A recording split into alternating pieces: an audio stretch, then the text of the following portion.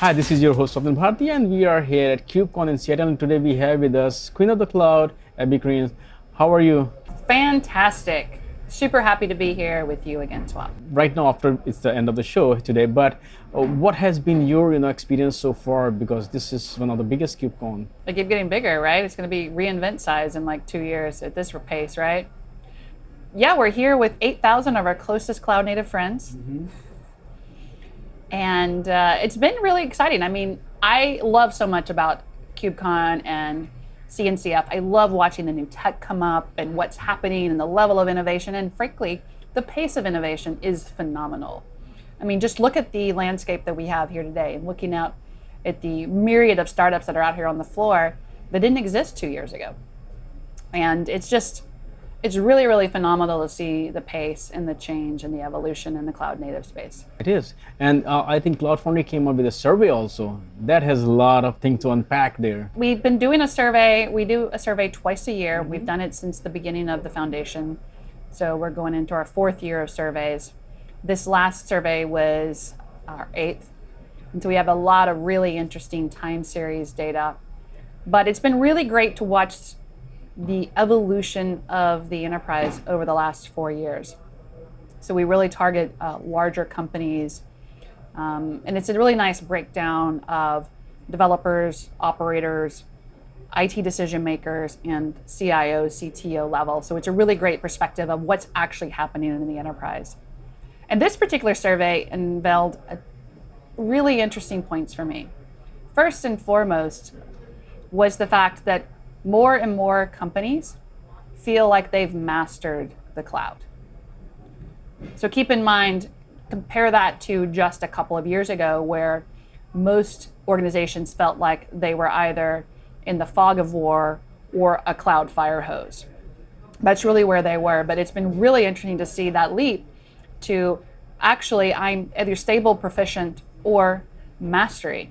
In fact, the mastery aspect jumped from just, 19% of organizations that responded felt they'd mastered it a year ago to 53% feel like they've mastered it today.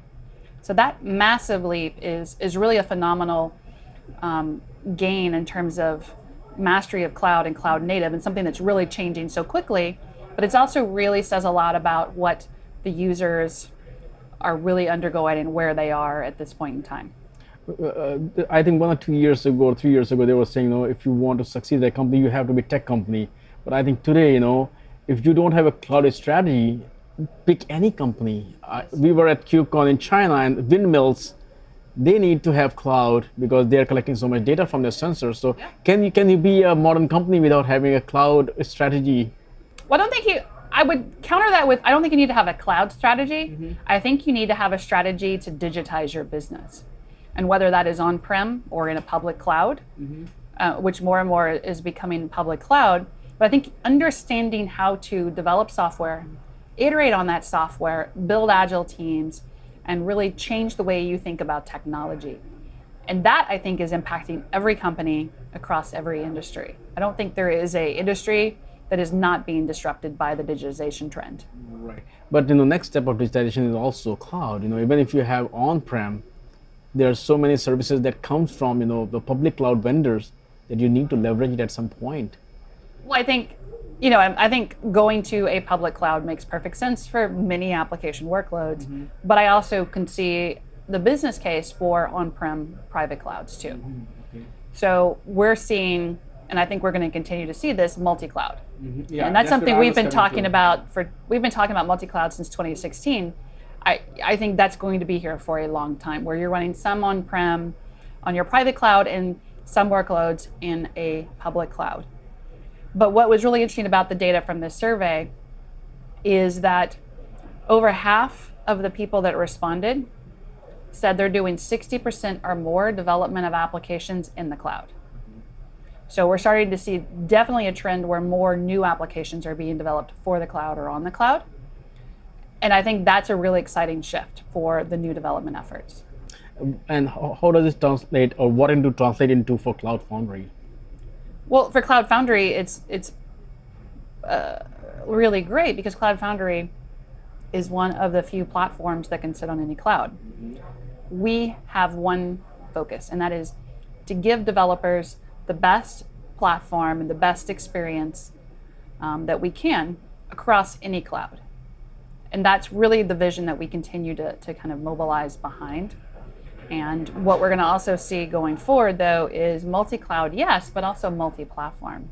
And really understanding that enterprises have a wide variety of unique application workload needs. And those are going to need a wide variety of clouds, on-prem and public, but also a variety of platforms. You know, not all your applications are going to be the same. Some of them are going to be cloud native microservices. Some are going to be monolithic applications that require a ton of state, and some are going to be serverless. And we're going to see that trend continue. A lot of interesting things happened this year. Red Hat acquired CoreOS, then Red Hat got acquired by IBM, and then your VMware acquired Heptio. So a lot of consolidation has already started to happen. What does it mean? Does it mean the market has matured? It's actually interesting to see how many companies are here. People are innovating and creating open source technology. But what do what does this consolidation mean? This acquisition that is happening? Well, I think we had 2018 we saw a wide, 2017, 2018. There's just a wide variety of solutions built on or around Kubernetes. And I think we're going to see a consolidation. I think this was just the first stages of that. 2019, there's going to be a ton of consolidation. And that's natural. Like when you have new innovative ideas, you have it goes really broad, and then it consolidates on 1, 2, 3, 4 leading providers or leading type solutions. Mm-hmm.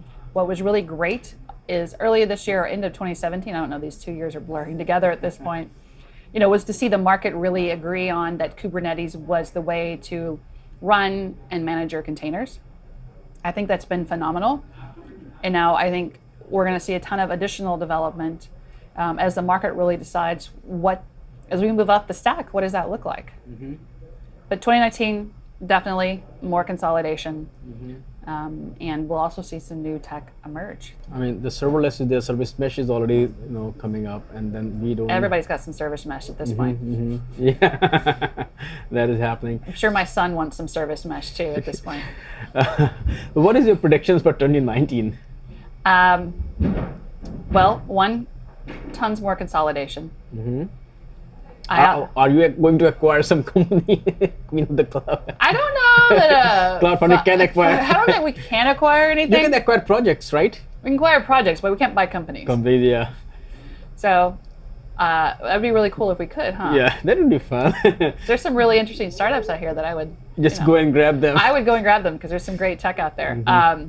I would say number 2 that I think is going to happen next year is we're going to see a lot more enterprise users running at scale, like real scale. I think scale is going to be a big topic in 2019, which also is going to drive a lot more innovation because we haven't really seen the scale we're going to see. And I think that's going to be a really interesting pivot toward the way we think about a lot of these tech. Like for a lot of these technologies, it's slightly academic and theoretical at this point. Mm-hmm. So when we're starting to see a lot of these workloads at real scale, like not just tens of thousands of apps, but hundreds of thousands of apps, we're going to start to get a lot of more interest. What makes you think that there will be push towards these will go to scale? Scale? Because we're starting to see, looking at what companies like Comcast or Home Depot are doing and how fast they're creating and generating new applications I think we're going to see a lot more of that in 2019. And when I was in KubeCon China, and when I look at Chinese company, you have to redefine what scale means. Well, that's like a whole different scale in China. Their scale is started 1 billion, so. Yes, that's a different scale in China. But I mean, China too is going to be driving a ton of workloads. I've spent a lot of time in China this year. One of the things I'm really excited to see are the AI startups that are coming out of China. There's so much innovation happening in AI in China, and I think that's going to be that isn't here yet in cloud native space, but I think it's going to start creeping in terms of a lot of event-driven activity. And then I'd say my third prediction is we're going to see a lot more companies investing in reskilling their workforce, as opposed to assuming you have to hire all net new cloud native talent, which we all know there's not enough. But I think we're going to see a lot of companies really investing in upskilling, reskilling their workforce to write these applications. And all of this seems disparate, but they're all deeply interconnected in terms of where we think cloud native as an ecosystem is going to evolve over the next year or two.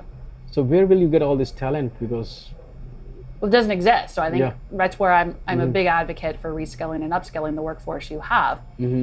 Teaching them how to use a Java IDE or write Python, teaching them the basics and fundamentals for writing applications that serve a business value for you.